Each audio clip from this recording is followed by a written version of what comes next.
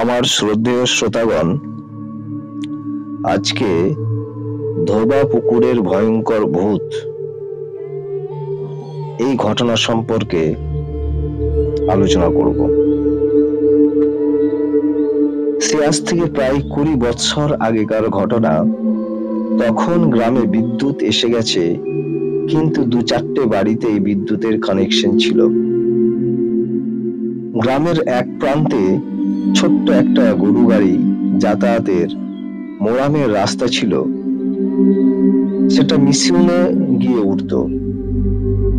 আর পাড়ার ভিতরের রাস্তাটি এই মোরামের রাস্তার সঙ্গে সংযুক্ত হয়ে একটা 3 মাথা তৈরি করেছিল। আর সেখানে একটা মাটির ছিটেপেটা দেওয়াল দিয়ে তৈরি করা একটা আমাদের মুদিখানার দোকান ছিল। আমার কাজ ছিল রাত্রিতে দোকান আগলান। দোকানটা খুব ছোট্ট ছিল, ভিতরে ঘুমানোর কোনো জায়গা ছিল না। দোকানে চালাতেই শীত, গ্রীষ্ম, বর্ষা কাটাতে হতো। বাড়ি থেকে দোকান দূরে ছিল। আমি প্রতিদিন রাত্রিতে 10টার পর দোকানের দিকে যাত্রা করতাম। হাতে একটা টর্চ ও 2-4টে বই থাকতো।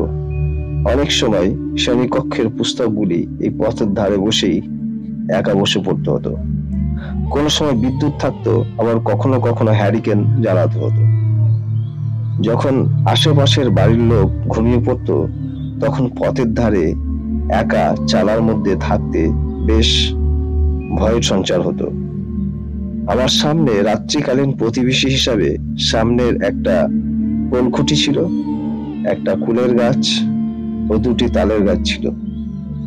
পোলখুঁটির তার মাঝে মাঝে ঝটপট করে উঠত। সেখানে 2টো পেঁচা বসতো আর চ্যাক চ্যাক করে 1-2 বার চিৎকার করত।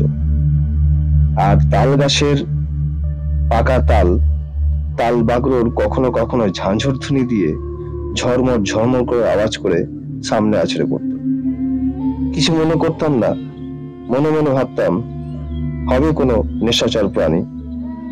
গ্রীষ্মকালে সেরকম ভয় লাগতো না, তবে রাত্রি 11টা পর্যন্ত মানুষ পথে আসা যাওয়া করত, হাওয়া খেত।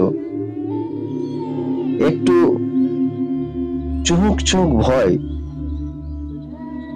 কেন যেন আসছে এমনটা মনে হতো শেষ রাত্রির দিকে।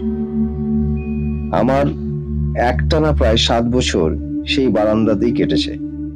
বিশেষ করে যখন দুর্যোগের রাত্রিগুলিতে যখন ঝড় আসতো, সারা রাত্রি বসে বসে কাটাতে হতো। বিদ্যুৎ থাকতো না, চারিদিক অন্ধকার, বিদ্যুতের ঝলকানি, ভীষণ ভয় লাগতো। একবার তো এমন হলো, ঘুমিয়ে আছি, রাত্রি প্রায় 1:30, কাল বৈশাখীর সময় হঠাৎ এমন ঝড় উঠলো, আমার বালিশ, বিছানা সমস্ত কিছু ধুলোতে ভরে গেল। চটের ঝাপটিটা খুলে গেছে, আর আমার দেওয়ালে টাঙানো শার্টটা হাওয়াতে উড়িয়ে নিয়ে চলে গেছে। সেই শার্টটা 2 দিন পর প্রতিবেশীর বাড়ির আঙিনায় কর্দমাক্ত অবস্থায় পড়েছিল। তারপর সেটা সেখান থেকে তুলে আনি।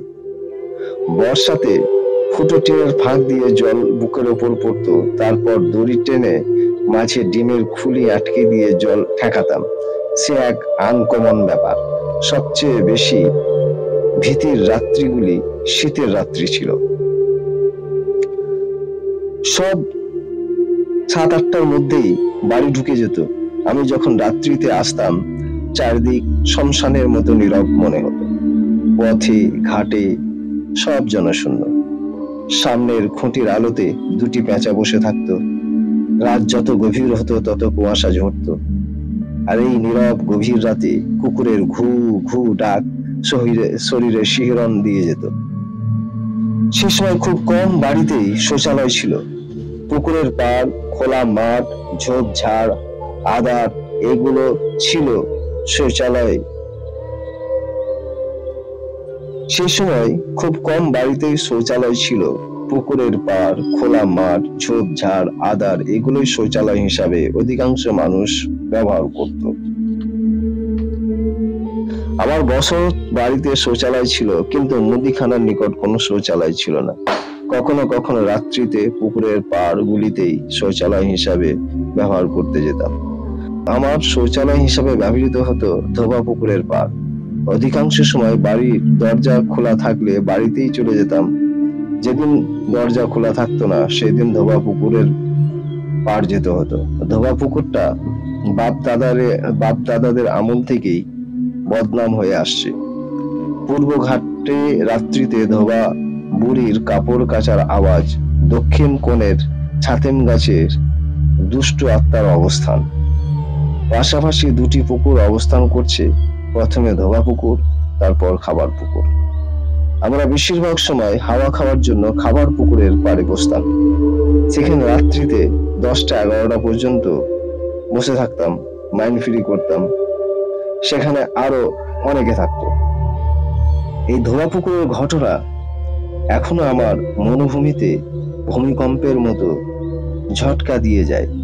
সেই কালো আঁধার জলের মাঝখানে জলপিশাচিনী যেন জাল হাতে জল রণাঙ্গনে মেতে উঠেছে। আমি তার সেই জালের মাছ ধরা চারা ভীত সন্ত্রস্ত হয়ে দিক বিদিক পালিয়ে যেতে চাই, কিন্তু সেই শীতের অন্ধকার রাত্রির সেই বেড়া জাল আমাকে আটকে রাখে।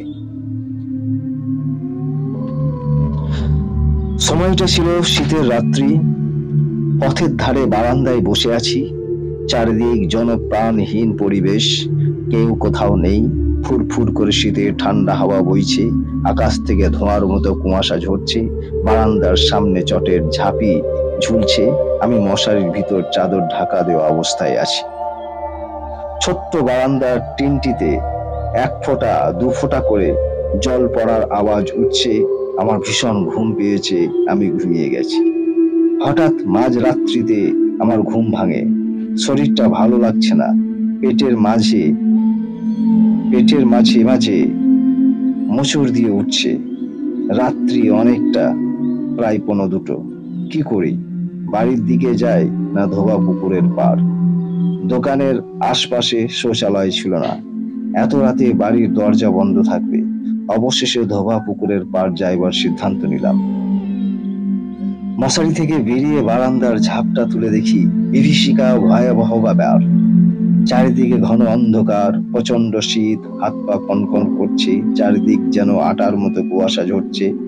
গোটা গ্রামটা এমন ঘুমে ঘুমাচ্ছন্ন যেন মনে হচ্ছে কোনো বিরান জনমানবহীন বরফের কুয়াশা আচ্ছন্ন হিমবাহের দেশ। আর আমি একা যেন এক হতভম্ব দিশেহারা পথযাত্রী। পেটের প্রচন্ড কামড় ও মোচড়ে আমি ঝাপটা তুলে বার হতে বাধ্য হলাম। সঙ্গে না ছিল লাইট, না ছিল লাঠি। আমি আকাশে কনকনে শীতের কুয়াশার ধোঁয়াশা চিরে হন হন করে হেঁটে যাচ্ছি। কিছুটা হাঁটার পর মহানালা পার হলাম। এই মহানালাটাও ভূতের ডাঁড়। মাঝে মধ্যে প্রায় গোদেনা দেখা যায়। মহানালার পশ্চিম পারে পরপর 2টি পুকুর, প্রথমে ধোবা পুকুর, পরে খাবার পুকুর। পুকুর দুটির পাড় মিশে গেছে। এই মাঝরাত পেরিয়ে শীতের কনকন রাতে পুকুরের এমন ভয়ঙ্কর দৃশ্য এর পূর্বে কখনো দেখে নাই। মনে হচ্ছে যেন কোন এক মায়াপুরীতে আমি ভুল করে এসে গেছি। প্রচন্ড শীত, চোখে মুখে মাফলার বাঁধা, শুধু চোখ দুটি খোলা, ফাঁকা আছে।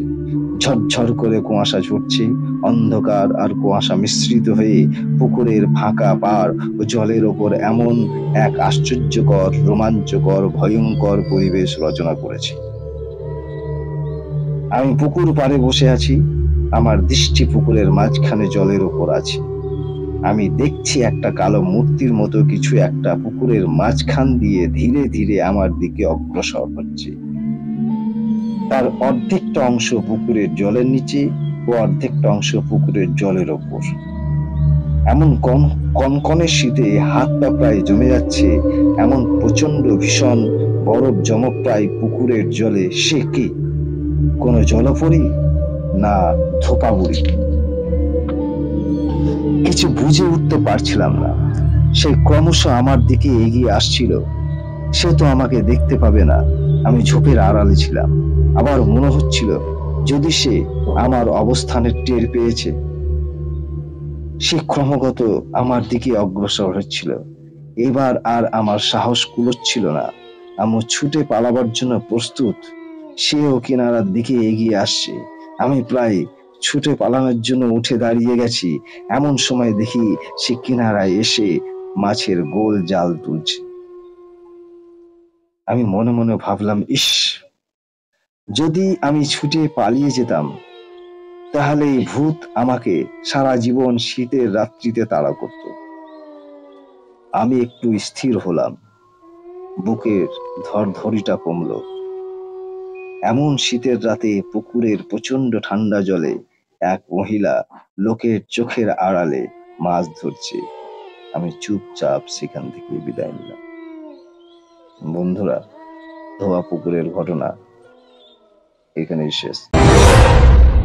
আপনার নিজের ভৌতিক অভিজ্ঞতাগুলোকে অন্যের কাছে পৌঁছে দিতে আপনার ঘটনাটি আমাদেরকে লিখে পাঠান। আমাদেরকে ইমেল করে পাঠাতে পারেন কিংবা ভয়েস রেকর্ড করে এই হোয়াটসঅ্যাপ নাম্বারে পাঠাতে পারেন। অডিও ক্লিপের সঙ্গে নারায়ণপুর ভূত এফএমের সঙ্গে আপনারা যুক্ত থাকুন ও আপনাদের অভিজ্ঞতা শেয়ার করুন। আমরা আপনাদের অভিজ্ঞতাগুলিকে এবং ভৌতিক ঘটনাগুলিকে তুলে ধরার চেষ্টা করব।